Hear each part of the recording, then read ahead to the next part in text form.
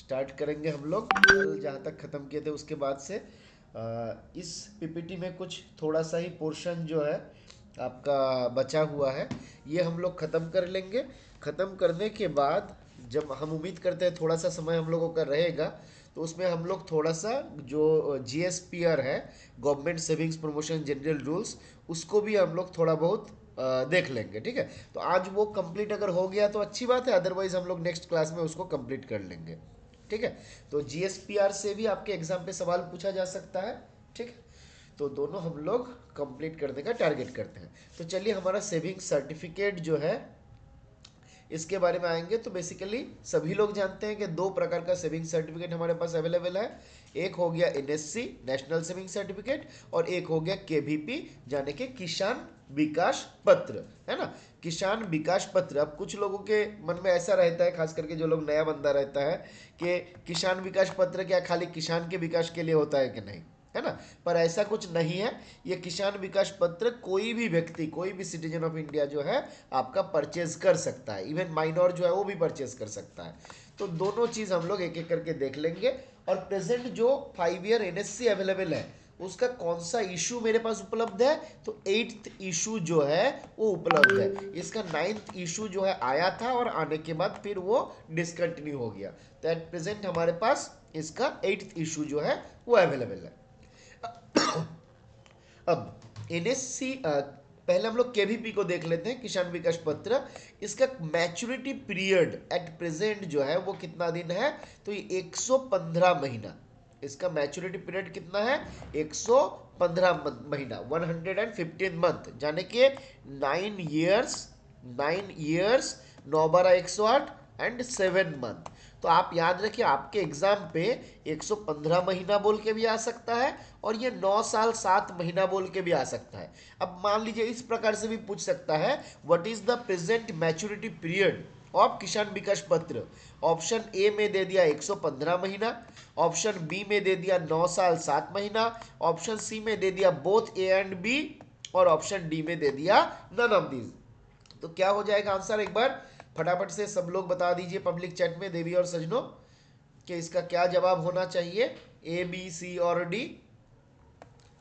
इस सवाल का जवाब देने पे आपको कोई पैसा नहीं मिलेगा, है ना। किशोर ने जवाब दिया, अभिजीत ने जवाब दिया, जयप्रकाश, रवि जी, वेरी गुड। तो बहुत हमारा आंसर हो जाएगा। एक बात मैं आप लोगों को बताना चाहता हूं, जब आप लोग खास करके देखिए, ये फुल प्रूफ तो बात है नहीं, बट कभी आप लोग अगर अंदाज में मारते हैं ना, कभी कभी हम लोगों को गेस करके मारना रहता है। तो एक बात हमेशा याद रखिएगा, गेस करके मारते वक्त लंबा वाला ऑप्शन जो रहेगा ना, खास करके वो बड़ा वाला होता है, दो दो लाइन 2.5 लाइन वाला, तो 90% चांस रहता है मेरे हिसाब से, मैंने जितना देखा, कि वो लंबा वाला जो क्वेश्चन रहता है ना वही ऑप्शन हो जाता है। तो आप अगर कभी अंदाज में मारना है तो मेरा बात मान के लंबा वाला में मार के देखिए। दूसरा बात है, अगर कहीं पे भी both, all of these, none of these इस प्रकार का ऑप्शन रहे, तो एक बार जरूर उसका प्रोबेबिलिटी जो है उसको चेक करिए, है ना, कि वो होने का चांसेस है या नहीं है। ठीक है, ये आपका ऐसे ही मतलब तुक्का मारने का तरीका, फुल प्रूफ प्लान नहीं है, पर कभी कभी काम आ जाता है। ठीक है, चलिए। पर आप लोग मेरे भरोसे, इस बातों के भरोसे में पढ़ाई लिखाई मत करिए। आपको सारा क्वेश्चन का negative marking applicable, negative marking आपका नहीं रहता है ना, आईपी एग्जाम में नेगेटिव मार्किंग नहीं रहता है ना। नेगेटिव मार्किंग रहता है, बताइए लास्ट बार कौन एग्जाम दिया था रवि जी, आईपी एग्जाम पे नेगेटिव मार्किंग रहता है,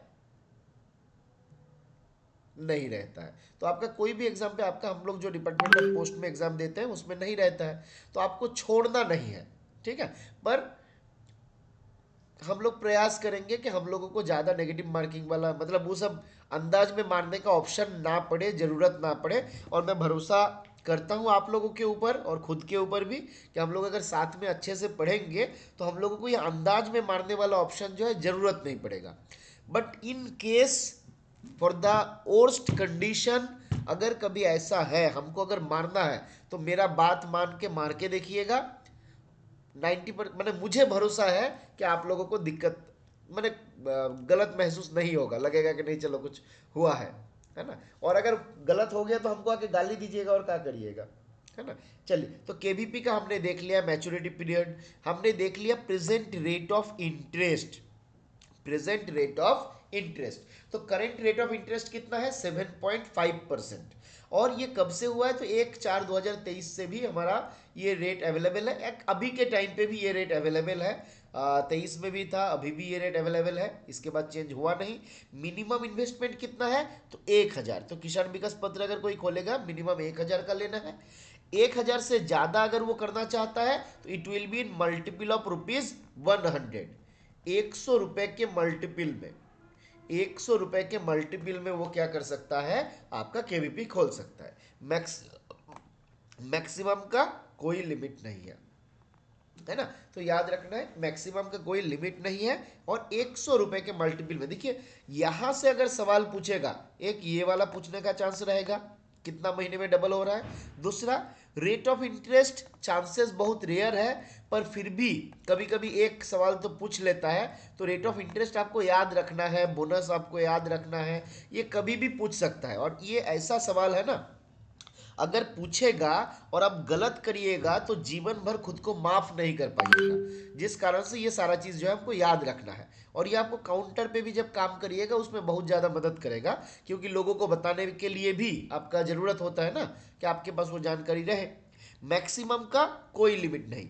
ये वाला सवाल मुझे लगता है आप लोगों के लिए इंपॉर्टेंट है, कि आपका केवीपी जो है ठीक है 1000 मिनिमम है, but it is in multiple of rupees कितना। ऑप्शन में रहेगा 1,000, ऑप्शन में रहेगा 100, ऑप्शन में रहेगा 10, है ना। तो हमको याद रखना है केवीपी जो है 100 रुपए के मल्टीपल में होता है। एनएससी 100 रुपए के मल्टीपल में, टीडी आइएगा 100 के मल्टीपल में, है ना। तो इस प्रकार से हम लोग देखे थे।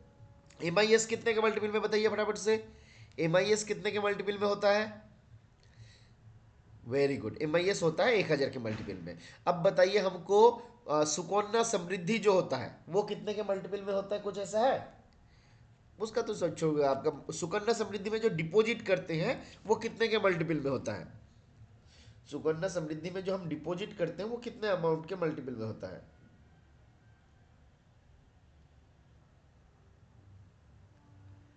50 के मल्टीपल में होता है। Very good. अब बताइए महिला सम्मान सेविंग सर्टिफिकेट ये कितने के मल्टीपल में होता है। महिला सम्मान सेविंग सर्टिफिकेट 100 के मल्टीपल में। अरे ये रोज दिन हम भूल जाते हैं और आप लोग खाली हमको कंफ्यूज करते रहते हैं। 100 ही है ना, चलिए आज देख लेंगे। ठीक है, आगे आते हैं। कहा गया था सुकन्या, महिला सम्मान, महिला सम्मान, महिला सम्मान। चलिए ठीक है, आज आप लोग सही बोल रहे हैं, 100 के मल्टीपल में होता है। ठीक है, आगे बढ़ते हैं हम लोग। तो केवीपी खत्म इधर हुआ। अब आते हैं केवीपी का लॉक इन पीरियड, है ना। कितना दिन तक लॉकअप पीरियड, मतलब क्या होता है, कितने दिन तक आप प्रीमेच्योर क्लोज नहीं कर सकते हो। इस टर्म को याद रखिएगा, लॉकअप पीरियड बोल के भी दे सकता है, और ऐसे भी बोल सकता है कि from the date of opening of KVP account और KVP what is up to which period the account cannot be closed prematurely। कितने दिन तक क्लोज नहीं किया जा सकता है, तो 2 साल 6 महीना तक इसको क्लोज नहीं किया जा सकता है। अब देखिए एग्जाम पे इस 2 साल 6 महीना को इस तरीके से भी लिख सकता है, 2.5 ईयर्स, है ना।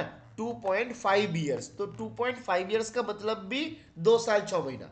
बट आपको ऑप्शन ऐसे अगर दे दिया, वो अगर देगा तो 2.6 ईयर्स भी दे देगा। तो याद रखना 2.6 ईयर्स का मतलब 2 साल 6 महीना नहीं है, 2.5 ईयर्स का मतलब 2 साल 6 महीना है ना। आफ्टर द लॉकअप पीरियड, ये जो 2 साल 6 महीना है, इसके बाद the KVP can be encashed. KVP account को क्या किया जा सकता है, इनकैश किया जा सकता है। और proportionate maturity value as per the table will be payable. अब बात आता है भाई, ये कौन सा टेबल का बात करता है ना। जब आप आरडी के केस में जाइएगा, आरडी में भी बोलता है मैच्योरिटी वैल्यू जब हम क्लोज करने जाते हैं तो पेमेंट जो होता है एज पर टेबल होता है। वहां पे रेट ऑफ इंटरेस्ट हम नहीं बोलते हैं, इतने दिन में करिएगा तो इतना मिलेगा, है ना। तो एक तो पहले का आप अगर सिनेरियो देखिएगा, केबीपी सर्टिफिकेट जो आता था, केबीपी सर्टिफिकेट के पीछे अगर उसका रिवर्स साइड में आप जाइएगा तो वहां पे एक टेबल दिया हुआ रहता था कि कौन सा पीरियड के भीतर क्लोज करने पे कितना अमाउंट मिलेगा। अब तो मेरे पास ये कुछ टेबल आता नहीं है, अब तो मेरे पास बस एक खाता आता है ना, पासबुक आता है। चलिए यहां से हमको एक सवाल का जवाब दीजिए। हमारा जो पासबुक होता है केबीपी, एनएससी, इस सब के लिए जो हम पासबुक इशू करेंगे वो कौन सा फॉर्म पे रहेगा? SB5 है। बाकी लोग बताइए SB5 या क्या है? जयप्रकाश जी, SB5A है, 5 नहीं है। SB5 होता है 12 पन्ने वाला, जिसमें हम लोग सेविंग्स, है ना, सेविंग्स के लिए करते हैं, आरडी के लिए करते हैं, जहां पे नंबर ऑफ ट्रांजेक्शन ज्यादा है, MIS के लिए करते हैं, है ना। तो ये हमारा SB5 में होता है। और जहां पे नंबर ऑफ ट्रांजेक्शन कम है वहां पे हम लोग क्या करते हैं, वहां पे हम लोग SB5A इशू करते हैं। ठीक है, तो ये भी आपको याद रखना रहेगा। अब आते हैं, ये हम लोग ऑलरेडी देख लिया। अच्छा, अब टेबल के लिए हम और एक बात जो बता रहे थे, तो 2019 में आपका एसबी रूल्स आया हुआ था। देखिएगा, आप अगर इंडिया पोस्ट का वेबसाइट एक्सेस करते हैं तो यहाँ पे आपको क्लियरली बहुत सारा मिल जाएगा। देखिए इंडिया पोस्ट का वेबसाइट अगर हम जाते हैं, यहाँ से आपको उस साल का जो डिफरेंट रूल्स आया है वो भी आपका मिल जाएगा। आप आरटीआई के भीतर जाइए, जितना हमको याद आ रहा है, चलिए एक बार देख लेते हैं। गवर्नमेंट सेविंग्स प्रमोशन रूल 2019, अच्छा देखिए एसबी ऑर्डर पब्लिश्ड, हाँ देखिए ये आप, चलिए यहाँ पे आपको स्क्रीन मेरा शो नहीं कर रहा होगा, मैं एक बार स्क्रीन को दिखा देता हूँ।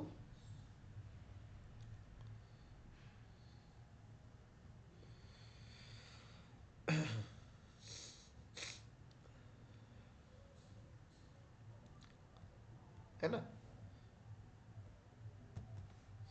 तो ये हो गया मेरा इंडिया पोस्ट के वेबसाइट में, ये लिंक आप देख सकते हैं। यहाँ पे सारा मटेरियल जो है उपलब्ध रहता है, indiapost.gov.in। इसके भीतर आरटीआई पोर्टल के भीतर आपको जाना रहेगा, आरटीआई नाम का जो टैब रहेगा उसके भीतर जाना रहेगा। और यहाँ पे जाके हमको जैसे रिकरिंग का देखना है तो रिकरिंग का रूल खोज लीजिए आप यहाँ से, है ना। इस रिकरिंग के रूल में जब आप जाइएगा तो यहाँ पे देखिएगा बहुत सारा टेबल दिया हुआ है, ये टेबल 1, ये आ गया टेबल 2। देखिए कब क्लोज होगा तो कितना मिलेगा, ये सारा बातें आपका रिकरिंग के केस में बताया जाता है। यहाँ पर देखिए नंबर ऑफ डिपॉजिट, कितना डिपॉजिट करेगा तो कितना अमाउंट मिलेगा, है ना, ये सारा बातें आपका बताया गया। आरडी के केस में एक बहुत इंटरेस्टिंग फैक्ट है, मैं आपको बताता हूं। मान लीजिए कि कोई आरडी का अकाउंट होल्डर है और उसने खाता खोलने के 6 महीने बाद उनका डेथ हो गया। ठीक है, 6 महीने के बाद उनका डेथ हो गया। मान लीजिए 500 रुपया का जो डिनोमिनेशन था उसका आरडी अकाउंट था। अब आप हमको बताइए, 6 महीने में उन्होंने क्या किया, हर महीने 500 जमा किया, टोटल 3,000 उसके अकाउंट पे बैलेंस था। तो 6 महीने बाद उनको कितना, मतलब उनका तो डेथ हो गया, वो बंदा को तो मिलेगा नहीं, तो उसके फैमिली मेंबर्स को कितना अमाउंट मिलेगा। यहाँ पे मान लीजिए कि प्रोटेक्टेड सेविंग्स स्कीम का बेनिफिट उनको नहीं लेना है, ये नॉर्मल आरडी अकाउंट है, तो कितना मिलेगा? सवाल क्लियर है? 500 रुपए का डिनोमिनेशन का आरडी है, कस्टमर ने 6 महीना जमा किया और फिर ऊपर पहुंच गया, परलोक पहुंच गया। अब उसके फैमिली मेंबर्स, नॉमिनी जो है क्लेम किया, ठीक है, तो कितना अमाउंट उनको मिलेगा? टोटल जमा कितना हुआ 6 महीने में, 6 महीना इंटू करके आप बताइए थोड़ा फटाफट से, आपको जो लगता है बताइए। इंटरेस्ट कैलकुलेशन आपको नहीं करना है, अगर आपको लगता है इंटरेस्ट ऐड हो जाएगा तो आप खाली टोटल अमाउंट प्लस इंटरेस्ट लिख दीजिए। आपको अगर लगता है कि कोई डिडक्शन विडक्शन होगा तो माइनस कर दीजिए, है ना। आपको कुछ और लगता है तो बता सकते हैं, या फिर interest at the rate SB rate, interest at the rate of RD rate, बताइए। चलिए रवि ने बोला कुछ, देखते हैं, पता नहीं पागल हो गया क्या, नहीं बोल रहा है कि खाली प्रिंसिपल अमाउंट मिलेगा। बाकी लोग बताइए। चलिए किशोर ने बोला 3,000 प्लस पीओएसबी इंटरेस्ट। बाकी लोग, अरे भाई जल्दी से जवाब दो भाई, नहीं तो क्लास कर देंगे जाके आपको। 3,000 प्लस आरडी इंटरेस्ट। और बाकी लोग फटाफट से जवाब करिए। अगर किसी को नहीं मालूम है तो आप लिख सकते हैं कि डोंट नो, है ना। तो हमारा 3 ऑप्शन फिलहाल आ गया, देखिए, principal amount, principal plus RD interest, principal plus SB interest, है ना। तो ये तीनों के भीतर और एक ऑप्शन हो सकता है नन ऑफ दिस, भाई पैसा ही नहीं देंगे, पूरा पैसा मेरा हो जाएगा, नो इंटरेस्ट। प्रिंसिपल मतलब आप भी जयप्रकाश जी भी बोलना चाहते हैं कि प्रिंसिपल मिलेगा। बिल्कुल, देखिए यहाँ पे ख्याल करिए, मैंने जब आपको यहाँ पे दिखाया, ये आपने ध्यान नहीं दिया होगा, ये है टेबल 2। ये बहुत सब मैंने इंपॉर्टेंट सवाल आपके एग्जाम पर्पज से हो सकता है। क्या बोला जा रहा है, नंबर ऑफ डिपॉजिट, देखिए बोला जाता है कि अमाउंट कितना दिया जाएगा वो टेबल में रहता है, टेबल 2 में बताया गया है ना। National savings recurring deposit scheme 2019 का जो रूल है, उस रूल के टेबल 2 में बताया गया डेथ होने पे कितना पैसा मिलेगा, कब मिलेगा।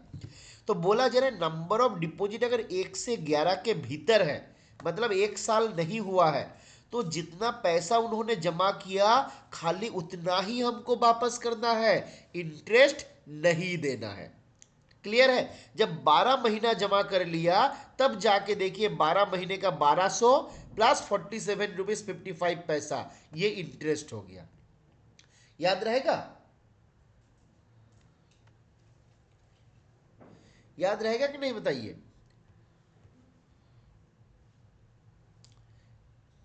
क्लियर है देवी और सजनों, फटाफट से बताइए। और यहाँ पे हम लोग आ जाते हैं किसान विकास पत्र, यहाँ पर भी आपको टेबल मिलना चाहिए, है ना। तो पहले ये जो हमारा केवीपी आता था, ये देखिए टेबल दिया हुआ है, table showing premature closure value of account open, है ना। तो हमने क्या बोला था, देखिए 2 साल 6 महीने का मेरा लॉक इन पीरियड था, है ना। 2 साल 6 महीने का मेरा लॉक इन पीरियड था, तो उसके भीतर तो क्लोज नहीं कर सकते हैं।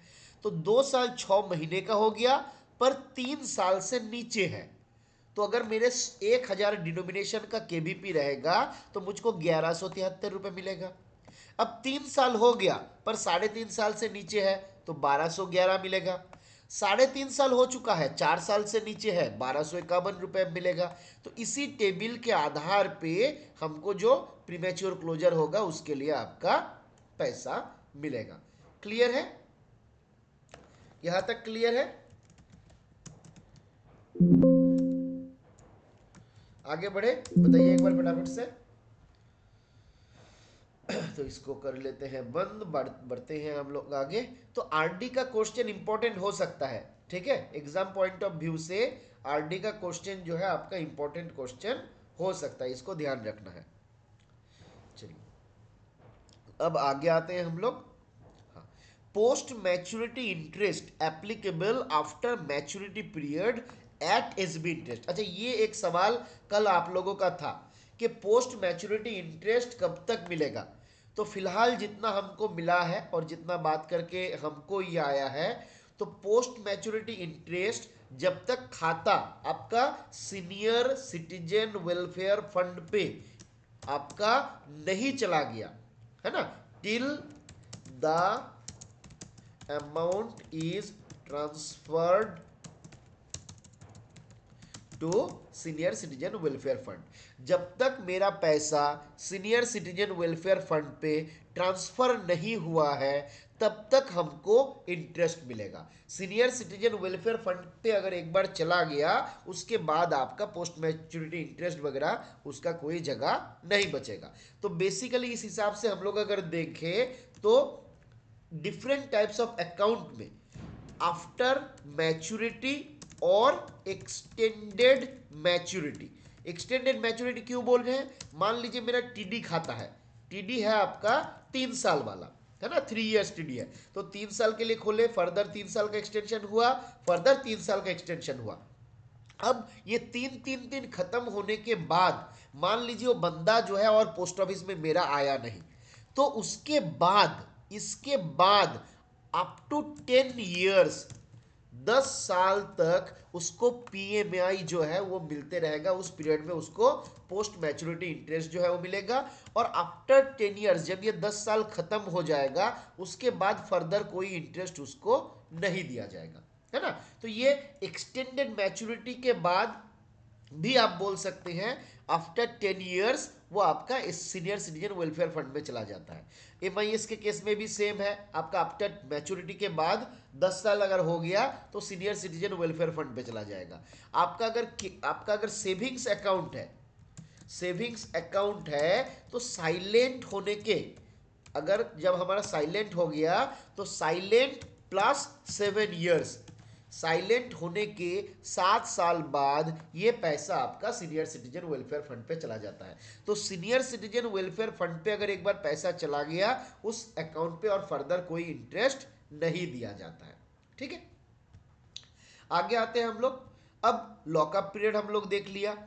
मैच्योरिटी वैल्यू जो होता है ये डबल होता है। मैच्योरिटी वैल्यू जो होता है डबल होता है, और कितने दिन में होता है हम लोग ऑलरेडी देख लिए, 115 महीना या फिर 9 साल 7 महीना, है ना। अब आते हैं हम लोग प्लेजिंग ऑफ अकाउंट। तो प्लेजिंग ऑफ अकाउंट के लिए फीस कितना लगता है, तो बोला कि ₹100 प्लस जीएसटी। प्लेजिंग के लिए फीस ₹100 प्लस जीएसटी। रिलीजिंग के लिए फीस तो बोल रहे हैं कि नहीं भाई, रिलीजिंग के लिए कोई पैसा नहीं चाहिए। पहले पहले जब हमारा सीबीएस हुआ था उस टाइम पे रिलीजिंग के लिए भी हम लोग पैसा चार्ज करते थे, है ना।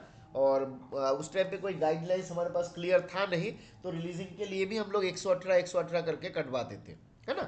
Post maturity interest applicable after maturity period at SB rate. तो जो बात हम किए कि मैच्योरिटी पीरियड जब हो जाएगा उसके बाद बंदा आया नहीं, क्लोज किया नहीं, तो एसबी रेट में इंटरेस्ट मिलेगा। कब तक मिलेगा, जब तक पैसा मेरा सीनियर सिटीजन वेलफेयर फंड में पैसा नहीं चला गया, तब तक हमको क्या होगा, ये बेनिफिट जो है मिलते रहेगा। क्लियर है, आगे बढ़ते हैं हम लोग। अब एक बात बताइए, प्लेजिंग के लिए हमको जब पैसा काटना रहेगा काउंटर पे, कौन सा पिनाकिल का कमेंड मैं यूज करूंगा। प्लेजिंग का जो पैसा है, प्लेजिंग का जो पैसा है वो आपका कब तक, आपका कितना, कौन सा मेनू के माध्यम से, कौन सा कमेंट के माध्यम से काटा जाता है, बताइए फटाफट से। साइलेंट एसबी कंसेप्ट, ठीक है, चलिए बता देते हैं अभिजीत जी। रवि जी थोड़ा मिस्टेक हो गया है, सही से लिखिए।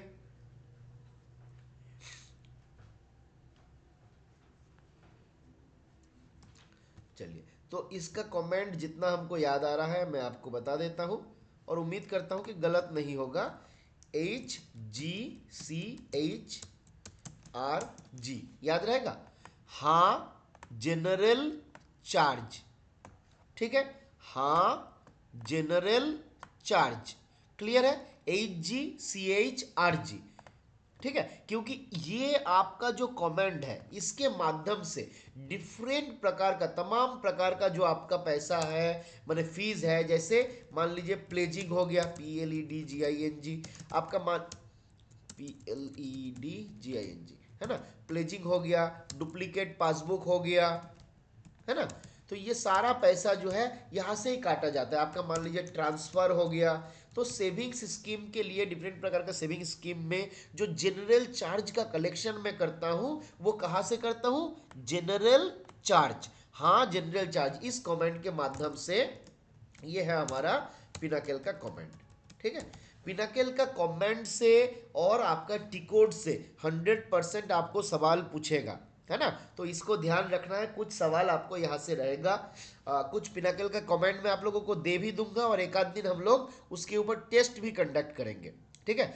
आज हम कुछ कमेंट आप लोगों को दे दे क्या, फिर अगला एक हम लोग एग्जाम ले लेंगे, है ना। देखिए, जो आपका चेक बाउंस चार्ज है वो इसमें नहीं आता है। चेक बाउंस का चार्ज जो है वो इसमें नहीं आता है, ठीक है। वो आपका ऑटोमेटिक, बेसिकली उसको सेमी ऑटोमेटिक बोला जाता है, वो इसमें नहीं आता है। जितना हमको नहीं सॉरी, वो वाला आ जाता है, वो भी इसमें आ जाता है।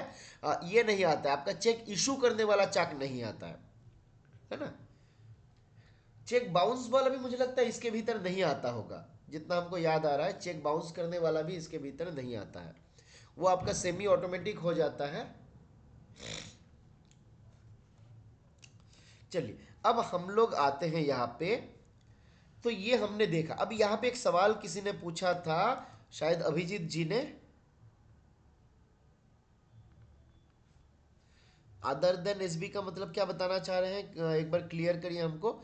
मतलब चेक अगर बाउंस होता है तो भी हमको एचजी सीएच आरजी में जाके पैसा कटना रहता है? वो तो मेरे हिसाब से ऑटोमेटिक डिडक्शन होता है ना। अगर कोई चेक बाउंस हो गया, एक देख के देखेंगे नहीं तो, चलिए एक इशू करके देखिए।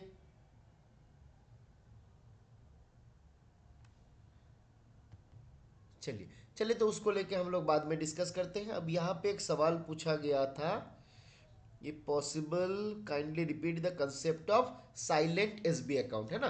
तो ये सच में एक बहुत इंपॉर्टेंट क्वेश्चन है कि साइलेंट कब होगा। चलिए आज का एग्जांपल लेते हैं। एक सेविंग्स अकाउंट है जिसका date of last transaction is 13/12/2024। Clear है। तो एक सेविंग्स खाता है जिसमें डेट ऑफ लास्ट ट्रांजैक्शन है 13/12/24। आपको बताना है इसके बाद कोई ट्रांजैक्शन नहीं हुआ, तो ये साइलेंट कब होगा? When this account will become silent, है ना। ये खाता आपका कब साइलेंट होगा? बताइए फटाफट से, कैलकुलेट करिए और हमको बताइए। क्वेश्चन क्लियर है कि एक आपका सेविंग्स खाता है, जिस सेविंग्स खाता में आपका डेट ऑफ लास्ट ट्रांजैक्शन कब है? 13/12/2024, ठीक है, मैंने आज का दिन। तो ये खाता में इसके बाद फर्दर कस्टमर और कोई डिपॉजिट नहीं किया, तो ये साइलेंट कब होगा, है ना।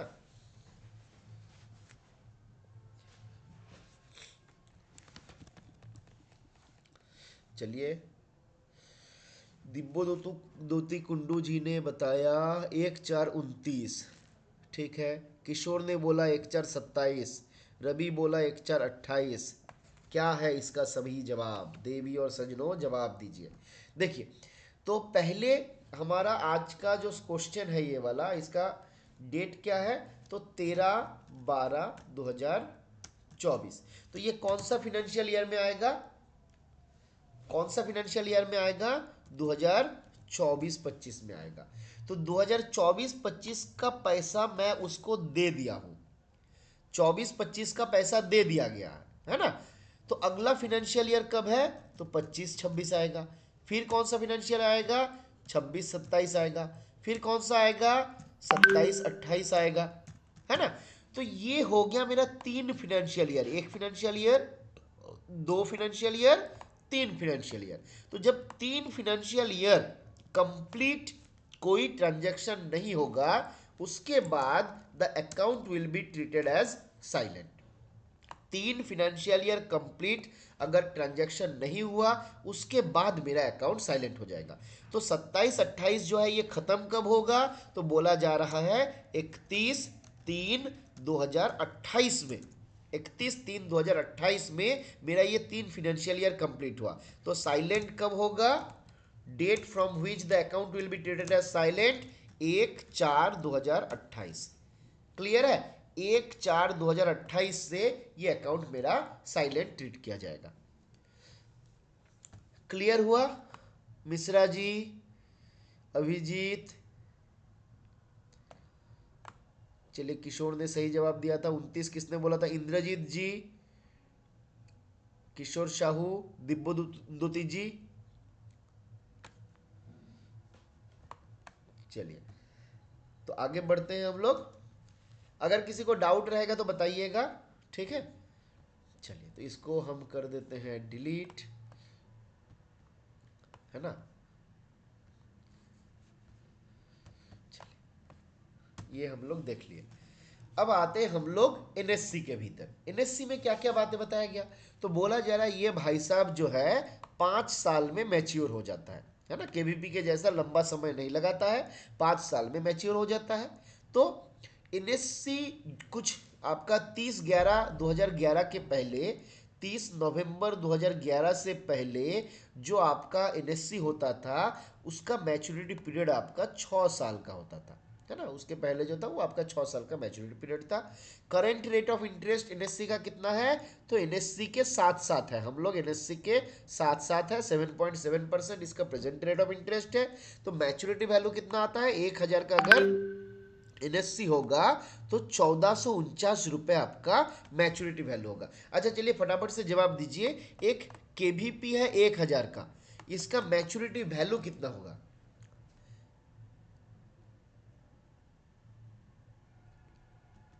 चलिए सवाल थोड़ा ज्यादा ही आसान था ना।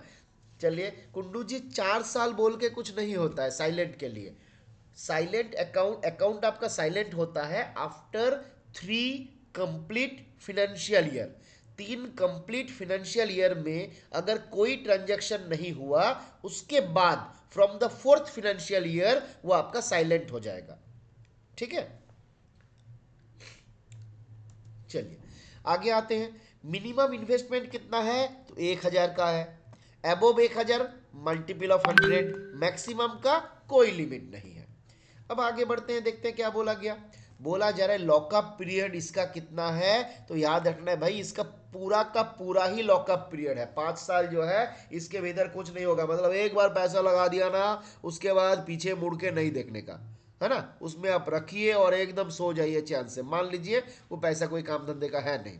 ठीक है, प्लेजिंग का फी जैसे पहले भी देखे थे हम लोग, 100 + GST। रिलीजिंग का फी कुछ नहीं लगेगा, फ्री ऑफ कॉस्ट।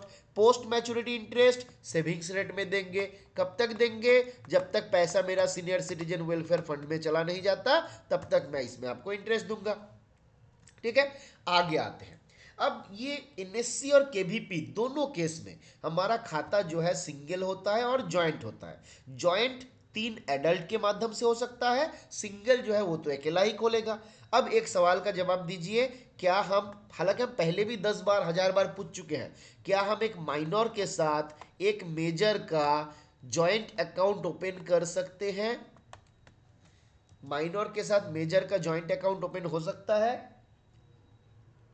ना, हो सकता है कि नहीं बताइए, नहीं हो सकता है। कोई एग्जाम्पल जहां पे माइनर और मेजर का जॉइंट खाता होता है, any example where joint account is open by PM care fund. Kishor ji very good. Jayprakash ji ध्यान रखिएगा, सवाल आपका कभी भी कुछ भी पूछ सकता है। पीएम केयर फंड जो होता है वो माइनर और मेजर का जॉइंट होता है। और वहां पे बताइए तो वो बच्चे के साथ किसका जॉइंट खाता होता है पीएम केयर में, आगे हम लोग आएंगे। फिर भी क्योंकि आप लोग जानकार हो और काउंटर पे भी आप लोग काम करते हैं, तो ये आपको रहेगा बिल्कुल डिस्ट्रिक्ट मजिस्ट्रेट या डिस्ट्रिक्ट कलेक्टर, है ना। कुछ जगह पे हम लोग उनको डिस्ट्रिक्ट कलेक्टर बोलते हैं, कुछ जगह पे हम लोग उसको डिस्ट्रिक्ट मजिस्ट्रेट बोलते हैं, तो उनके साथ हमारा खाता जो है वो रहेगा। ठीक है, अब सिंगल खाता कौन खोलेगा, तो कोई एडल्ट खोल सकता है। माइनर अगर 10 साल का एज हो चुका है, after attaining the age of 10 years आके खुद खोल सकता है ना। अब बताइए, एक 11 साल का बच्चा है, एक 11 साल का बच्चा है, वो खुद आपके पास आता है और आके बोलता है हमको एक एनएससी खोलना है, लिमिट कितना होगा। एक 11 साल का बच्चा आपके पास आता है, वो आके बोलता है हमको एनएससी खोलना है, लिमिट क्या होगा।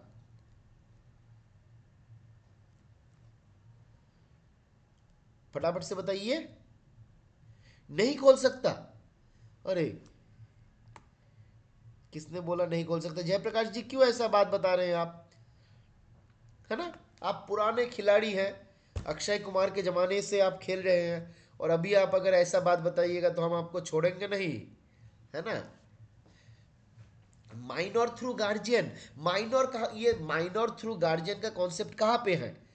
10 साल का एज अगर हो गया तो पीपीएफ को छोड़ के सारा प्रकार का खाता वो बच्चा अगर कैपेबल है अपने अकाउंट्स को हैंडल करने के लिए तो खोल सकता है, कोई इशू नहीं है। वो अगर आपका मान लीजिए लूनेटिक नहीं है, माने पर्सन ऑफ अनसाउंड माइंड नहीं है, और वो बच्चा आपका सब ठीक ठाक है, वो कर सकता है, उसको लगता है तो बिल्कुल कर सकता है, उसमें कोई इशू नहीं है, उसमें कोई लिमिट नहीं है। बस अगर 10 लाख से ज्यादा अमाउंट हो गया तो उसको अपना सोर्स ऑफ फंड देना पड़ेगा। अब बताइए 10 साल के जो बच्चा है, 11 साल का बच्चा है, उसका सोर्स ऑफ फंड हो सकता है कि नहीं, हो सकता है कि नहीं बताइए।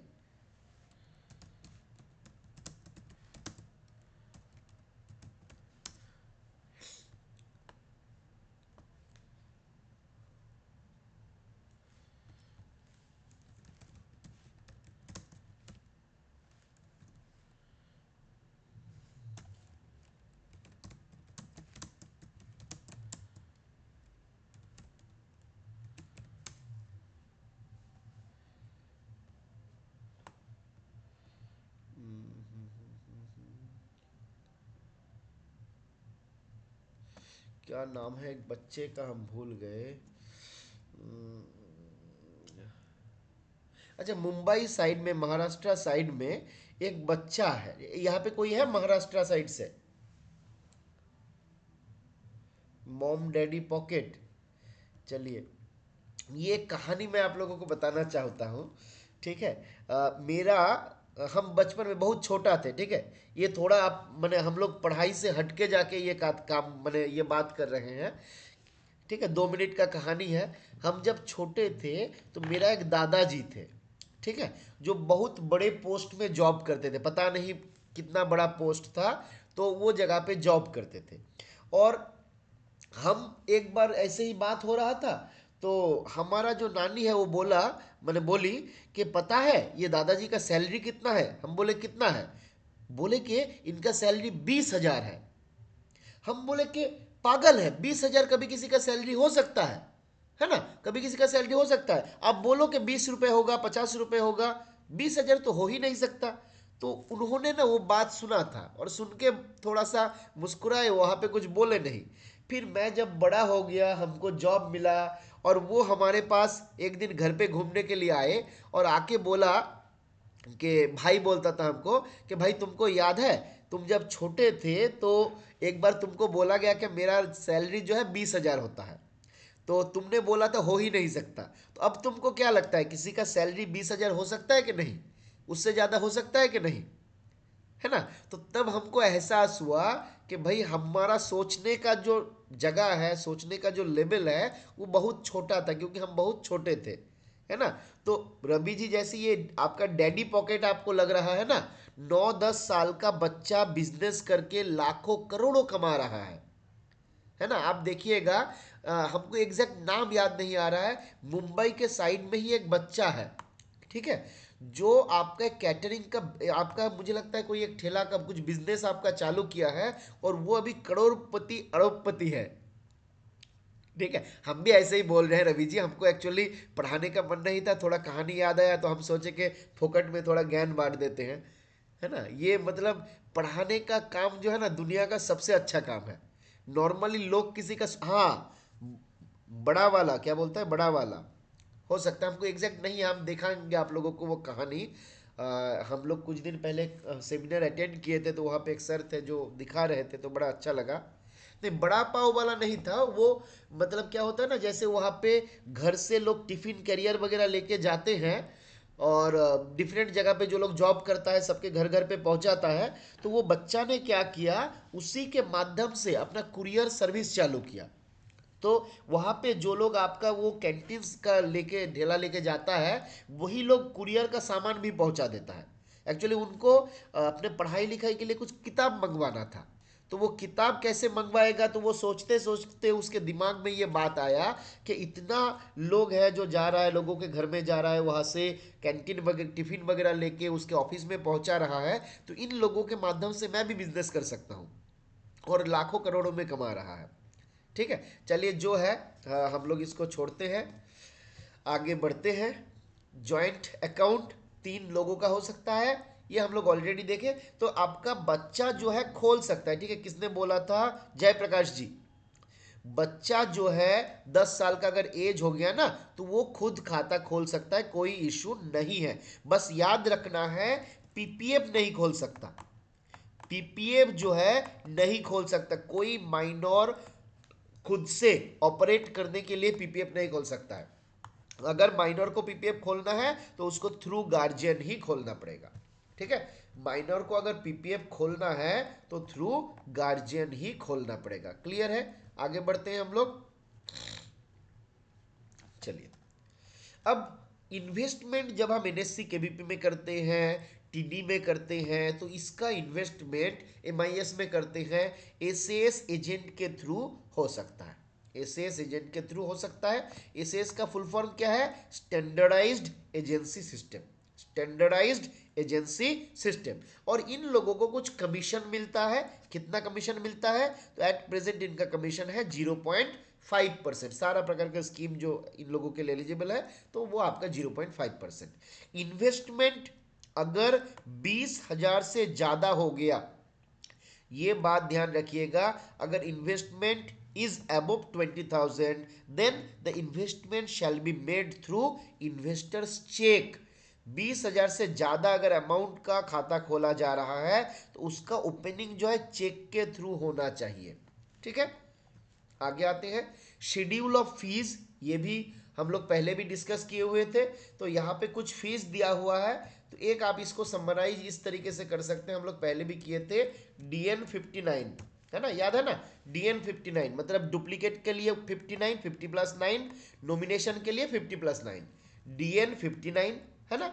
और उसके साथ साथ हम लोग और एक टर्म यूज किए हुए थे, PTC 100 है ना, PTC 100, इसको आप DN 50 याद कर लीजिए। दोनों में आपका 18% GST है। PTC में क्या क्या है, तो P में होता है प्लेजिंग, P में होता है प्लेजिंग, T में होता है ट्रांसफर, C में होता है C में क्या होता है, C में होता है चेक, है ना। PTC आपका प्लेजिंग हो गया, ट्रांसफर हो गया और चेक हो गया। तो देखिए यहाँ पे हम लोग मिला लेते हैं। डुप्लीकेट पासबुक DN 59 था, 50 रुपया हो गया। फिर आपका नॉमिनेशन आपका 50 रुपया हो गया। ट्रांसफर अकाउंट PTC में था, 100 हो गया। प्लेजिंग 100 हो गया। फिर आपका इशू ऑफ, ये actually charges for dishonour of cheque, dishonour of cheque मतलब जो चेक बाउंस वाला केस है, तो चेक बाउंस वाला केस अगर है तो क्या हो जाएगा, उसका 100+ GST है ना, तो वो भी इसके भीतर आ जाएगा। और देखिए डिसऑनर ऑफ चेक जो होता है वो पार्शियल होता है ना। इसका फुल आपका ये भी एग्जाम पे सवाल पूछता है कि कौन सा ट्रांजैक्शन आपका मैनुअल है और कौन सा वाला ऑटोमेटेड है ना, कौन सा वाला मैनुअल है और कौन सा वाला ऑटोमेटेड है, तो ये हम लोगों को याद रखना रहता है। आगे ऑटोमेटेड के भीतर और क्या क्या चार्जेस है, तो आप यहाँ पे देख सकते हैं। एक हो गया statement, issue of statement of account और डिपॉजिट रिसिप्ट। तो अगर अकाउंट स्टेटमेंट हम किसी का इशू करेंगे, अगर किसी का अकाउंट स्टेटमेंट इशू करेंगे तो ₹20 + GST। किसी को जब हम चेक बुक इशू कर रहे हैं, चेक लीफ दे रहे हैं, तो बोला गया 10 पन्ने तक चेक का जो बुक होता है वो हम फ्री ऑफ कॉस्ट देंगे। 10 पन्ने का चेक बुक हम फ्री ऑफ कॉस्ट देंगे। ये खत्म होने के बाद कस्टमर अगर दोबारा चेक मांगता है तो वहां पे पर चेक हमको ₹2 प्लस GST चार्ज करना रहेगा, ₹2 + GST हमको चार्ज करना रहेगा। और ये ऑटोमेटेड होगा। ऑटोमेटेड का मतलब क्या हो रहा है कि जब मैं इस चेक को इशू करूंगा उसके अकाउंट से ये पैसा कट जाएगा, जब मैं इसको इशू करूंगा उसके अकाउंट से आपका पैसा जो है कट जाएगा। ठीक है, चलिए आगे आते हैं हम लोग। महिला सम्मान सेविंग सर्टिफिकेट। महिला सम्मान सेविंग सर्टिफिकेट में क्या क्या बताया जा रहा है, देखिए थोड़ा सा कर लेते हैं इसको बड़ा। स्क्रीन देखने में दिक्कत नहीं हो रहा है ना, एक बार कंफर्म करिए। स्क्रीन देखने में दिक्कत हो रहा है, स्क्रीन दिखाई दे रहा है क्लियरली? एक बार फटाफट पब्लिक चैट में बताइए। अच्छा क्लियरली दिख, रवि बोला नहीं दिख रहा है, बाकी लोग एक बार बताइए नहीं दिख रहा है। चलिए तब हम स्क्रीन को थोड़ा बड़ा कर लेते हैं।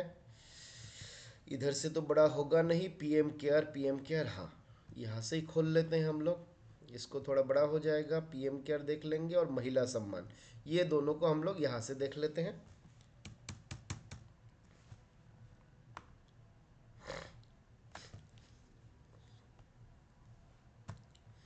महिला सम्मान,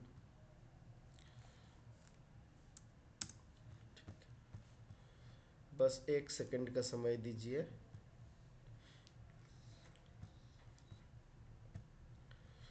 अच्छा चलिए, और एक केस भी है, यहाँ से भी हम लोग देख सकते हैं, है ना।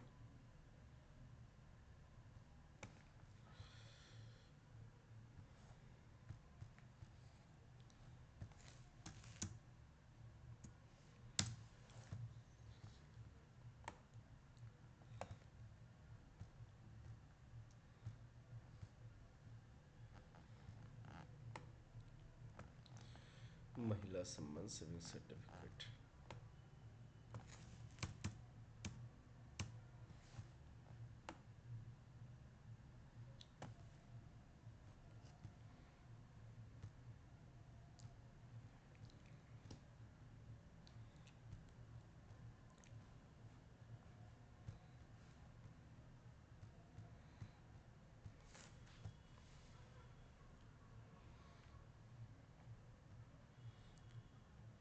अभी स्क्रीन दिख रहा है कि नहीं, बताइए सही से, एक बार फटाफट से पब्लिक चैट में बताइए। चलिए, अभी हमको थम्स अप मिल गया इंद्रजीत जी का। आगे बढ़ते हैं हम लोग। तो पहला ऑप्शन आता है कि ये खोल कौन सकता है। महिला सम्मान सेविंग सर्टिफिकेट के बारे में हम लोग देख रहे हैं। तो बोला जा रहा है by A women for her self, तो कोई एक महिला जो है खुद अपने नाम पे इस खाता अपने लिए खोल सकता है। फिर by guardian on behalf of A minor girl, कोई माइनर गर्ल का, देखिए यहाँ पे 10 साल का एज कंडीशन नहीं है, यहाँ पे माइनर का है, मतलब 17 साल का बच्चा है, उसका माता पिता या फिर कोई लीगल गार्जियन वो भी क्या कर सकता है, महिला सम्मान सेविंग सर्टिफिकेट खोल सकता है। याद रखिए, है ना, सवाल आपको इस प्रकार से पूछ सकता है कि एक माइनर गर्ल है, मतलब मान लीजिए 15 साल का एक लड़की है, उसका पापा चाहता है उस बच्चे के बिहाफ में एक महिला सम्मान सेविंग सर्टिफिकेट खोलना, whether this will be allowed और नॉट, बताइए ये अलाउड होगा या नहीं, ये अलाउड होगा कि नहीं होगा। तो बिल्कुल ये आपका अलाउड होगा, है ना। चलिए आगे बताते हैं डिपॉजिट के बारे में। क्या बोला जा रहा है, बोला जा रहा है minimum of ₹1000 and multiple of ₹100। यहाँ पे ध्यान देना है, 1000 मिनिमम होगा और 100 के मल्टीपल में होगा। तो 1000 हो सकता है, 1200 हो सकता है, 1100 हो सकता है, 1300 हो सकता है ना। मैक्सिमम लिमिट कितना होगा, तो बोला जा रहा है भैया जी 2 लाख से ज्यादा ही खाता नहीं खुलेगा। याद रहेगा मैक्सिमम लिमिट कितना है, तो 2 लाख इसका मैक्सिमम लिमिट है। अब अगला वाला कंडीशन खतरनाक इंपॉर्टेंट सवाल पूछेगा, बोला जा रहा है ये time gap of 3 months shall be maintained between the existing account opening and opening of another account। तो आज 13/12/2023 में मैंने खाता खोला और कल हमको मूड हुआ, परसों हमको मूड हुआ कि नहीं दूसरा अकाउंट भी खोल लेंगे, बहुत पैसा है मेरे पास, तो भाई आप अलाउड नहीं हो अभी खाता खोलने के लिए। आफ्टर 3 months एटलीस्ट, 2 खाता खोलने के भीतर 3 महीने का गैप रहेगा, तब जाके सेकंड खाता जो है वो खुलेगा। ठीक है, बोला जी ने डिपॉजिट जो हम करेंगे इसमें रेट ऑफ इंटरेस्ट मिलेगा 7.5% के दर से, 7.5% के दर से। अब बताइए कौन सा और एक स्कीम का नाम बताइए, ऐसा और एक स्कीम का नाम बताइए जिसमें 7.5 रेट में इंटरेस्ट मिलता है।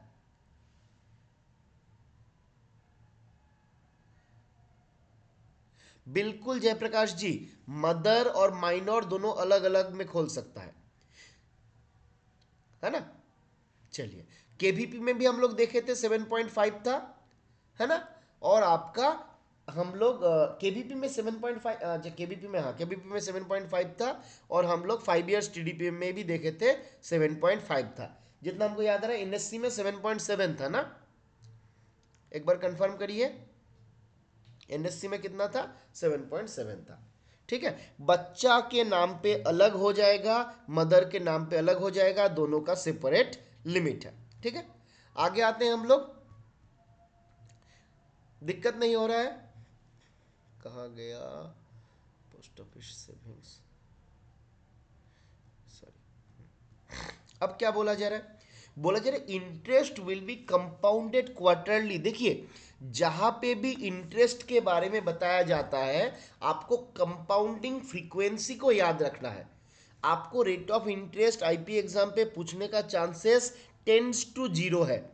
उतना आसान सवाल नॉर्मली पूछने का चांसेस कम है, पूछ सकता है ऐसा नहीं है, बहुत ज़्यादा मूड हो गया पूछ सकता है ना, पर ज़्यादा पूछने का चांसेस है कंपाउंड फ्रीक्वेंसी, कि कितने दिन में ये कंपाउंड होता है। जैसे आपका आपका महिला सम्मान में बोला जा रहा है कि इसका जो इंटरेस्ट है ये जो आपका क्या होता है, ये कंपाउंडेड होता है क्वार्टरली, है ना, and credited in account and paid at the closure of account. तो ये क्वार्टरली कंपाउंड होगा, क्रेडिट भी हो जाएगा और पे होगा at the time of closure. TD के केस में आइए तो क्वार्टरली कंपाउंड तो होगा बट ये पेएबल हो जाएगा एनुअली, है ना। तो इस प्रकार से आपको अलग अलग याद रखना रहेगा कंपाउंडिंग फ्रीक्वेंसी क्या। अकाउंट ओपनड और deposit made in contravention of rules will be eligible for interest at the rate POSB scheme. खतरनाक इंपॉर्टेंट, खतरनाक इंपॉर्टेंट जगह है, सवाल पूछ सकता है कि मान लीजिए कि आपका कभी ऐसा हुआ कि किसी बच्चा जो है आपका, मान लीजिए गलती से आपका क्या हुआ, एलिजिबिलिटी कंडीशन कुछ गड़बड़ हो गया, या फिर मान लीजिए ज़्यादा अमाउंट का खाता खोल लिया, है ना। तो क्या बोला जा रहा है कि अगर कभी कंट्रावेंशन ऑफ रूल होता है, मतलब if there is a violation of rules, तो यहाँ पे अकाउंट ओपेन्ड और deposit made in contravention of rule, वो खाता को या फिर उस खाते में जो डिपॉजिट होता है उस अमाउंट के ऊपर पीओएसबी रेट में इंटरेस्ट मिलेगा, है ना। उस खाते पे पीओएसबी रेट में इंटरेस्ट मिलेगा। आगे आते हैं हम लोग। बोला जा रहा है विदड्रॉल कब मिलेगा, तो 40% withdrawal of eligible balance can be taken after 1 year from the date of opening of account. तो खाता खोलने के 1 साल बाद हम 40% विदड्रॉल कर सकते हैं, है ना। खाता खोलने के 1 साल बाद जितना मेरा बैलेंस रहेगा, अमाउंट पे जो पैसा रहेगा, उसका 40% जो है हम आपका विदड्रॉल कर सकते हैं। प्रीमेच्योर क्लोजर का कंडीशन दिया गया, बोला गया अगर अकाउंट होल्डर का डेथ हो जाता है तो premature closure will be allowed. Account holder का अगर डेथ हो गया तो प्रीमेच्योर क्लोजर जो है अलाउड रहेगा। दूसरा कंडीशन क्या होता है, तो बोला जा रहा है एक्सट्रीम कंपेशनेट ग्राउंड में, ये आप एसएसए जब देखे थे तो उसमें भी था एक्सट्रीम कंपेशनेट ग्राउंड। क्या बोला जा रहा है, life threatening disease of account holder, जिसका खाता है, खाता धारक जो है, उनको मान लीजिए कोई जानलेवा बीमारी हो गया, कैंसर हो गया, है ना, डेथ हो सकता है, या फिर मान लीजिए लिवर सिरोसिस टाइप का कुछ, मतलब कुछ ऐसा डिजीज हो गया जहां पे उनका डेथ का चांसेस है, ज्यादा है ना। फिर death of account hold, death of guardian, अगर मान लीजिए कोई बच्चा है, माइनर है, जिसके नाम पे महिला सम्मान सेविंग सर्टिफिकेट खोला गया और उनका जो गार्जियन है, माता है, पिता है, जो है उनका ही डेथ हो गया, तो बोला जा रहा है भाई वहां पे भी प्रीमेच्योर क्लोजर जो है अलाउड है। ठीक है। अब क्या बोला जा रहा है, बोला जा रहा है scheme interest will be paid on principal amount. तो ऐसा अगर केसेस में, ऐसा केसेस में कौन सा केसेस, एक अकाउंट होल्डर का डेथ हो गया, दूसरा एक्सट्रीम कंपेशनेट ग्राउंड, ये केसेस में अगर मैं खाते को प्रीमेच्योर क्लोज करता हूं तो जो मेरा प्रिंसिपल अमाउंट था उसके ऊपर स्कीम इंटरेस्ट, मतलब महिला सम्मान सेविंग सर्टिफिकेट का जो इंटरेस्ट है उस रेट में इंटरेस्ट दिया जाएगा। क्लियर है, ये गया एक कंडीशन। दूसरा कंडीशन क्या है, after 6 month of account opening, खाता खोलने के 6 महीने के बाद विदाउट मेंशनिंग एनी रीजन, भाई मेरा मूड हुआ मैं क्लोज करने आ गया, ऐसे तो कोई कारण नहीं था, है ना, क्या करोगे मामू, तो बोला मामू हम 2% इंटरेस्ट जो है काट लेंगे, पूरा पैसा नहीं देंगे। तो अगर आप इंटरेस्ट इस कारण से क्लोज करते हैं, डेथ के कारण, कंपेशनेट ग्राउंड के कारण, यहाँ पे देखिए, यहाँ पे कोई आपका टाइम पीरियड भी नहीं दिया गया कि कितने दिन बाद क्लोज कर सकता है ना। Premature closure, death of account holder, extreme compassionate ground, यहाँ पे कोई टाइम लिमिट भी नहीं दिया गया। ये केसेस अगर होता है तो आपको स्कीम इंटरेस्ट मिलेगा प्रिंसिपल अमाउंट के ऊपर। बट यहाँ पे आफ्टर 6 महीना, after 6 month of the opening of account, कोई रीजन बताने का जरूरत नहीं है, आप खाता क्लोज कर दो, काम खत्म, है ना।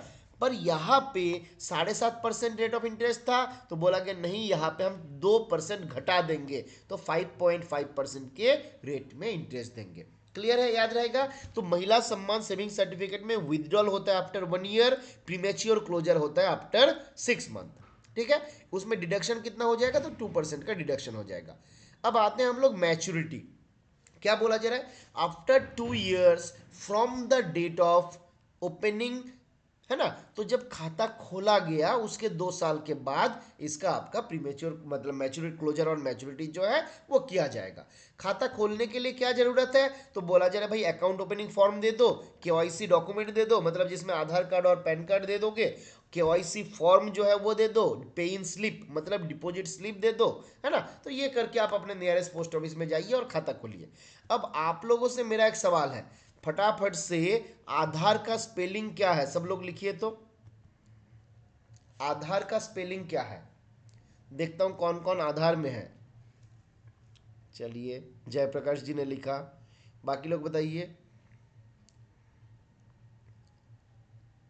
और कोई।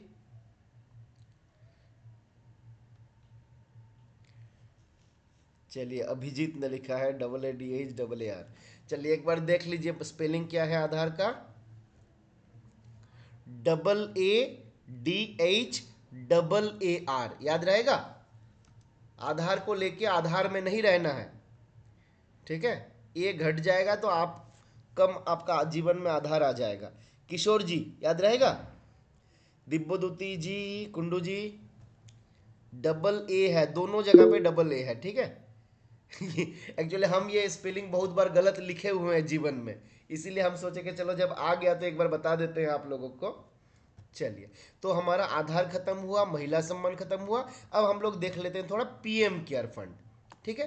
पीएम केयर फंड के बारे में देखिए इंटरेस्टिंग क्या क्या बातें बताया गया। हालांकि पीएम केयर फंड हम शायद इसमें इंक्लूड किए हुए थे, देख लेते हैं एक बार। अच्छा, नहीं है इसमें ना। चलिए, तो पीएम केयर फंड हम लोग यहाँ से देख लेते हैं, ठीक है। पीएम केयर फंड में क्या बताया जा रहा है देखिए। तो बोला जा रहा है PM care for children scheme, जिसको आपका 2021 में लॉन्च किया गया था। तो ये कौन सा घटना में होगा, तो बोला जा रहा है डेट ऑफ इवेंट क्या है। तो बोला जा रहा है between the period of 11/3/2020 to 31/12/2021, जिसको फर्दर आपका MD MWCD मिनिस्ट्री, ये आपका MDCW का फुल फॉर्म बताइए हमको। MWCD जो है इसका full form ministry of women and child development होगा, जितना हमको याद आ रहा है, ministry of women and child development, है ना। क्या हो जाता है, ministry of women and child development, ठीक है। तो MWCD इसका फुल फॉर्म भी आपके एग्जाम पॉइंट ऑफ व्यू से इंपॉर्टेंट हो सकता है ना, कभी भी पूछा जा सकता है। तो बोला जा रहा है कि तो अब मैंने कौन सा मिनिस्ट्री है जिसके साथ कोलेबोरेशन में हम आपका पीएम केयर फंड जो है इसका बेनिफिट प्रोवाइड करते हैं। तो MWCD मिनिस्ट्री ऑफ आपका women and child development, ministry of women and child development, इसके साथ कोलेबोरेशन में हम लोग ये बेनिफिट दे रहे हैं। और यहाँ पे पीरियड पहले क्या था, तो बोला गया 11/3/2020 से लेके 31/12/2021, इस पीरियड को पहले लिया गया था। Further it was extended up to 28 February 2022, ठीक है। बोला जा रहा है during which the children who had not attained the age of 18 years lost both the parents or last surviving parent or both adopted parents or sole legal guardian to COVID-19 pandemic। इस period के दौरान अगर कोई भी बच्चा का जो माता है, पिता है, या फिर मतलब मान लो माता पिता दोनों, मान लीजिए किसी का अगर माता पिता दोनों था तो एक के डेथ में नहीं होगा, यहाँ पे दोनों का अगर डेथ हो गया, किसी का माता या फिर पिता जिंदा था, है ना, एक ही जन जिंदा था, उनका डेथ हो गया। किसी का एडॉप्टेड पेरेंट्स, किसी ने एडॉप्ट कोई किया था और उस एडॉप्टेड पेरेंट्स का डेथ हो गया, वहां पे भी मिलेगा। सोल लीगल गार्जियन, मान लीजिए माता पिता का डेथ हो गया, पहले ही डेथ हो गया था और दादाजी नानाजी कोई उनका लीगल गार्जियन के रूप में काम कर रहा था, उनका डेथ हो गया।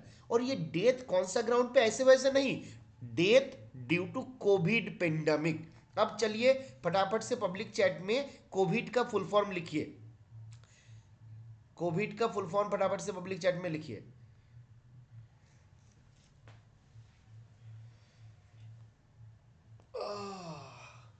कोविड चला गया बोल के आप लोगों को, मतलब कुछ दिन के लिए हम थोड़ा चले क्या गए, आप लोग हमको पुष्पा समझ लिए क्या मामू, है ना। कोविड का फुल फॉर्म फटाफट लिखिए, अगर गलत बोलेगा ना कोई तो उसको ना दोबारा वैक्सीन दिला देंगे हम। चलिए, हम भी भूल गए हैं, फुल फॉर्म एक बार देख लेते हैं। COVID-19 फुल फॉर्म, है ना, मेरे पास तो ऑप्शन है, कोरोना वायरस डिजीज, है ना, यही था, corona virus disease. Ravi ji का स्पेलिंग थोड़ा मिस्टेक हो गया, है ना, corona virus DISEASE, corona virus disease, ठीक है। तो ये जो COVID-19 पेंडेमिक था उस दौरान कोविड-19 पेंडेमिक के दौरान अगर ये सब डेथ हुआ है, अब आपको यहाँ से सवाल कहाँ से आएगा? अब यहाँ पे ध्यान दीजिए, सवाल आपका कहाँ से आएगा?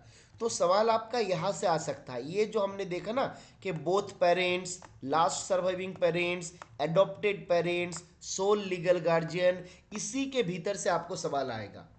ठीक है, कि इनके भीतर कोई एक दे दिया, दो दे दिया, तीन दे दिया, भाई किसके डेथ पे मिलेगा? तो ये हमको याद रखना रहेगा। ठीक है, इसके ऊपर कौन सा रूल एप्लीकेबल होता है? तो government savings promotion general rule. Next class में हम लोग इसको डिस्कस करेंगे, आज के क्लास में संभव नहीं होगा। आज के क्लास में हम लोग यहाँ तक ही मैंने ये खत्म कर लेंगे। ठीक है, उसके बाद हम लोग छोड़ेंगे आज। फिर बोला जा रहा है joint account holder. Joint account holder कौन होगा? तो बोला जा रहा है भैया वहां पे जो डिस्ट्रिक्ट मजिस्ट्रेट है वो हो जाएंगे joint account holder, who shell act as the guardian for the purpose of operation of the account under the scheme। तो जॉइंट अकाउंट होल्डर में होते हैं डिस्ट्रिक्ट मजिस्ट्रेट, और ये डिस्ट्रिक्ट मजिस्ट्रेट जो है ये एक्ट करेगा as the guardian for the purpose of operation of the account. उस अकाउंट के ऑपरेशन के लिए वो एज गार्जियन काम करेगा। ठीक है, चलिए, तो ये हम लोग देखे थे। इस स्कीम का जो गाइडलाइंस है वो कौन इशू किया, है ना? तो देखिए ये सवाल पूछा जा सकता है आपसे कि जो मान लीजिए पीएम केयर फंड है, इसका जो स्कीम का गाइडलाइंस है, it is issued by which department, which ministry, है ना? तो उसमें मान लीजिए दे दिया मिनिस्ट्री ऑफ कम्युनिकेशन के द्वारा इशू किया गया, मिनिस्ट्री ऑफ फिनांस के द्वारा इशू किया गया। तो ministry of finance, ministry of communication और ministry of women and child development, ये तीनों ऑप्शन रहेगा। तो आपको याद रखना है पीएम केयर फंड के लिए जो गाइडलाइंस है, this was issued by ministry of women and child development, है ना? तो ये हमको याद रखना रहेगा। फिर अकाउंट ओपनिंग के बारे में क्या बोला जा रहा है? बोला जा रहा है account will be open in the name of beneficiary with concern district magistrate as joint account holder. तो जो बेनिफिशियरी है उसी के नाम पे खाता खोला जाएगा और डिस्ट्रिक्ट मजिस्ट्रेट को हम यहाँ पे जॉइंट अकाउंट होल्डर बना देंगे। ठीक है, और यहाँ पे ये तो हम लोग ऑलरेडी देख लिए कि आपका बच्चे का एज जो है 18 साल के नीचे रहेगा, वो ऑलरेडी हम लोग देख लिए। अब यहाँ पे एक कंडीशन और दिया गया, provided that a single account may be open for a beneficiary. तो एक आदमी के मतलब एक बच्चे के नाम पे एक ही खाता खोला जाएगा, है ना? और हु हैज टर्न्ड 18 ईयर्स और more on the date of opening of account. अब देखिए कुछ केसेस ऐसा भी हो सकता है। केसेस कैसा है? मान लीजिए बच्चा का जब एज था 16 साल या 17 साल, मान लीजिए 17 साल 6 महीना, 17 साल 11 महीना, और उस दौरान उनका माता पिता का डेथ हो गया। अब एज हो गया उसका 18 से ज्यादा, है ना? तो वहां पे हम ओपन कर सकते हैं कि नहीं? 18 से पहले डेथ हुआ बट 18 के बाद में ओपन करना चाह रहे हैं, तो वहां पे भी ऑप्शन दिया गया कि भाई उसके बाद भी आप ओपन कर सकते हो, provided that a single account may be open for a beneficiary who has turned 18 years और more on the date of opening of account. Account खोलने के दिन उसका एज तो 18 से ज्यादा है, but during the death of his mother, father, parents और लीगल गार्जियन और एडॉप्टेड पेरेंट्स, उस टाइम पे उसका एज 18 से कम था। ठीक है, ये कंसेप्ट को याद रखना है। आगे आते हैं डिपॉजिट। बोला जा रहा है upfront lump sum contribution shall be made to the account. इस अकाउंट में एक लंप सम कंट्रीब्यूशन दिया जाएगा। कौन देगा? तो बोला जा रहा है for the purpose of computation of lump sum contribution of PM care fund. यहाँ पे कौन देगा नहीं बोला, यहाँ पे पहले बोल रहे भाई कितना देगा। कौन देगा हमको मालूम है, कितना देगा वो देखा जा रहा है। तो बोला जा रहा है कितना देगा देखने के लिए जो बेनिफिशियरी है उसका जो एज है उसको देखा जाएगा। ठीक है, एज जितना कम होगा उसके खाते पे मैं उतना कम पैसा दूंगा। ठीक है, एज जितना ज्यादा होगा उसके खाते पे उतना ज्यादा दूंगा। क्यों दूंगा? क्योंकि यहां पे पीरियड जिसके लिए वो पैसा मेरा रहेगा वो पीरियड कम होगा। फंडा यहां पे आप समझ लीजिए, मेरा बात को ध्यान दीजिए। मान लीजिए किसी का 18 साल एज हो गया है या फिर मान लीजिए 17 साल एज है। ठीक है, यहाँ पे मुझे लगता है इसमें आपका दिया नहीं है, यहाँ से हम आपको दिखाएंगे तो आपको और अच्छा से पता चलेगा। एक मिनट वेट करिए। हाँ, ये कैलकुलेशन देखिएगा तो आपको और अच्छे से पता चल जाएगा। सॉरी, ये दिख रहा है मेरा स्क्रीन? यहां पे क्या बताया जा रहा है देखिए, ये जो लेफ्ट वाला पोर्शन है, age of the eligible beneficiary at the time of opening of account, खाता खोलते वक्त उस बच्चे का एज कितना था।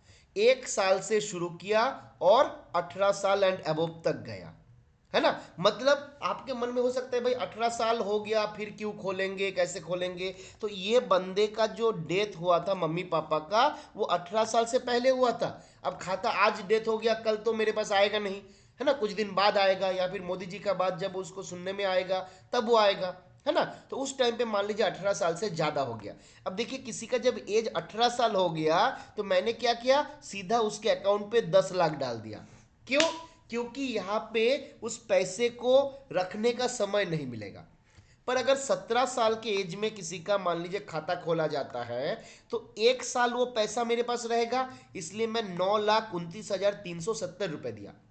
अब आप एमआईएस के रेट में इंटरेस्ट कैलकुलेट करिए। आप अगर, हमारा मैथ बहुत कमजोर है, मैं मैथ ऑनर्स लेके भर्ती हुआ था और उसमें फेल हो गया था, तो हमको कॉलेज से निकाल दिया गया था, जिस कारण से मेरा मैथ बहुत कमजोर है। तो आप लोग कैलकुलेट करके देखिएगा, 1 साल 9,29,370 रुपए को अगर मैं एमआईएस में लगा पाता, अभी एमआईएस तो 100 के मल्टीपल कर दिया तो 370 होगा नहीं, आप इसको 400 करके देख लीजिएगा तो आपको अप्रोक्सीमेट अमाउंट मिल जाएगा। 9,29,400 मान लीजिए हम करते, तो 9,29,370 को अब अगर आप 1 साल के लिए एमआईएस में रखते, एमआईएस में जितना इंटरेस्ट होता इसके साथ उतना इंटरेस्ट अगर आप ऐड कर दीजिएगा तो ये 10 लाख हो जाएगा। क्लियर है? तो यहां पे दिमाग में रखा गया कि एमआईएस का रेट ऑफ इंटरेस्ट कितना है, और उतना पैसा हम डालेंगे जिसको एमआईएस के रेट में इंटरेस्ट मिलने के बाद आफ्टर सर्टेन ईयर्स, मतलब जितने साल बाद उसका 18 साल होता, उसके बाद उसका एज हो जाएगा, आपका अमाउंट हो जाएगा 10 लाख। इसी हिसाब से देखिए, दो दो साल जब मैं रख रहा हूं पैसा, 8,63,000 दिया हूं। 3 साल रख रहा हूं और थोड़ा कम दिया, 4 साल रखा और थोड़ा कम दिया। इस तरीके से जब 1 साल एज था, मतलब मैंने 17 साल रखा, तो मैं 2,87,870 रुपए अगर दे दिया गया, कंट्रीब्यूशन दे दिया गया, यही 17 साल में 2,87,870 रुपए जो है बढ़ के मेरा 10 लाख हो जाएगा। क्लियर है? और फंडा क्या है, पैसा उतना मैं डाल दिया, 10 साल 18 साल होने के बाद उस अकाउंट पे मेरा 10 लाख हो गया। अब जितना दिन मतलब 18 साल से लेके 23 साल तक, यहां पे याद रखिए ये सवाल पूछा गया था, पिछले साल ग्रुप बी का भी क्वेश्चन था कि कितने साल में जाके वो जो बेनिफिशियरी है उनको पूरा पैसा वापस कर दिया जाता है।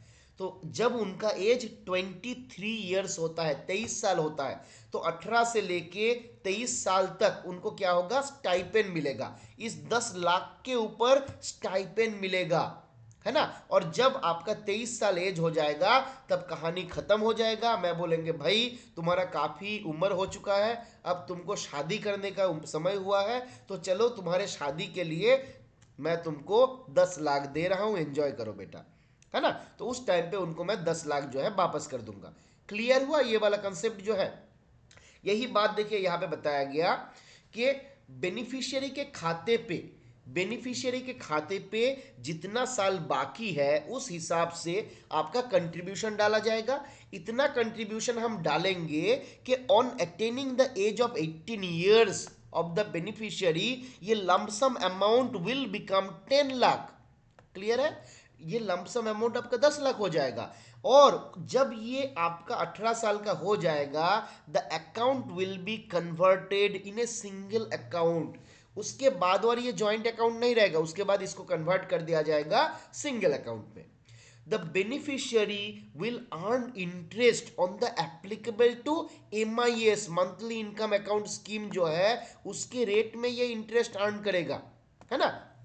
कितने अमाउंट के ऊपर? इस 10 लाख के ऊपर। और बेनिफिशियरी को मंथली स्टाइपेंड मिलेगा, यहां पे भी ध्यान दीजिए, एनुअल नहीं है, ये मंथली स्टाइपेंड मिलेगा। कब तक मिलेगा? टिल ही और she attains 23 years of age. जब तक उनका 23 साल का एज नहीं हो जाता है तब तक उनको हम मंथली स्टाइपेंड देंगे 10 लाख के ऊपर। तो 10 लाख का एमआईएस मान लो। 10 लाख के एमआईएस में अगर जितना हमारा स्टाइप माने इंटरेस्ट आएगा, मंथली इंटरेस्ट आएगा, उतना इंटरेस्ट उसको हर महीने हम दे देंगे, है ना। और जब बेनिफिशियरी का एज 23 हो जाएगा तब बोलेंगे जा सिमरन जी ले अपने जिंदगी, है ना। The beneficiary would receive a sum of 10 lakh on attaining the age of 23 years. Clear है। तो यहां तक हमारा ये जो है खत्म होता है पीएम केयर फंड वाला। और मैं उम्मीद करता हूं कि यहाँ तक आप लोगों का मोटा मोटी क्लियर हुआ होगा, बहुत अच्छे से हो या ना हो, है ना। मोटा मोटी आपका एक कंसेप्ट क्लियर होगा डिफरेंट प्रकार का जो सेविंग्स स्कीम है। और इसी के साथ साथ मैं आप लोगों को बहुत सारा धन्यवाद देना चाहता हूँ कि आप लोग मेरा फालतू का बकबक सुनते रहते हैं। और उसके लिए मतलब ये बड़ा अच्छा चीज़ है ना, जहाँ पे लोगों को थोड़ा भाषण देने का जगह मिलता है। और आप लोग सुन भी रहे हैं, मुझे लग रहा है सो भी रहा है कुछ लोग सुनते सुनते, है ना। कौन कौन सो रहा है एक बार फटाफट से बताइए तो, हैंड रेस करिए। किशोर सो रहा था, रवि सो रहा था। अच्छा गुड नाइट हो गया, मैंने नींद आ गया है। चलिए तो आज हम लोग यहाँ पे ही गुड नाइट करेंगे। आप लोग एक बार रिवाइज कर लीजिए, इसको एक बार पढ़ लीजिए। कल का क्लास हम लोग कल 99.99% चांस है कल हम लोग क्लास कंडक्ट करेंगे। और कल के क्लास में हम लोग जीएसपीआर देख लेंगे, ठीक है, government savings promotion general rules जो है उसको देख लेंगे। फिर एक क्लास में हम लोग डिसीज क्लेम देख लेंगे, है ना। तो मोटा मोटी हम लोगों का सेविंग्स का कुछ पोर्शन आपका कंप्लीट हो जाएगा। फिर सीबीएस मैनुअल से जो इम्पोर्टेंट चीज़ है, पूरा मैनुअल मैं एक बार शुरू किया था, कुछ दिन पढ़ा भी रहा था, पर थोड़ा बोरिंग सा हो जाता है। तो वहाँ से जो इम्पोर्टेंट क्वेश्चन हो सकता है खाली उसी को निचोड़ ले लेंगे, उसी को हम लोग पढ़ लेंगे, बाकी हो जाएगा। उतना ज़्यादा टेंशन लेने का कुछ है नहीं, इम्पोर्टेंट चीज़ हम लोग जो रहेगा उसको देख लेंगे, ठीक है। तो आज हम लोग यहाँ पे समाप्त करें। देवी और सजनों फटाफट से बता दीजिए, हालांकि आप नहीं बोलिएगा तो भी हम समाप्त करेंगे। Good night, thank you all, thank you so much. Good night Indrajit ji.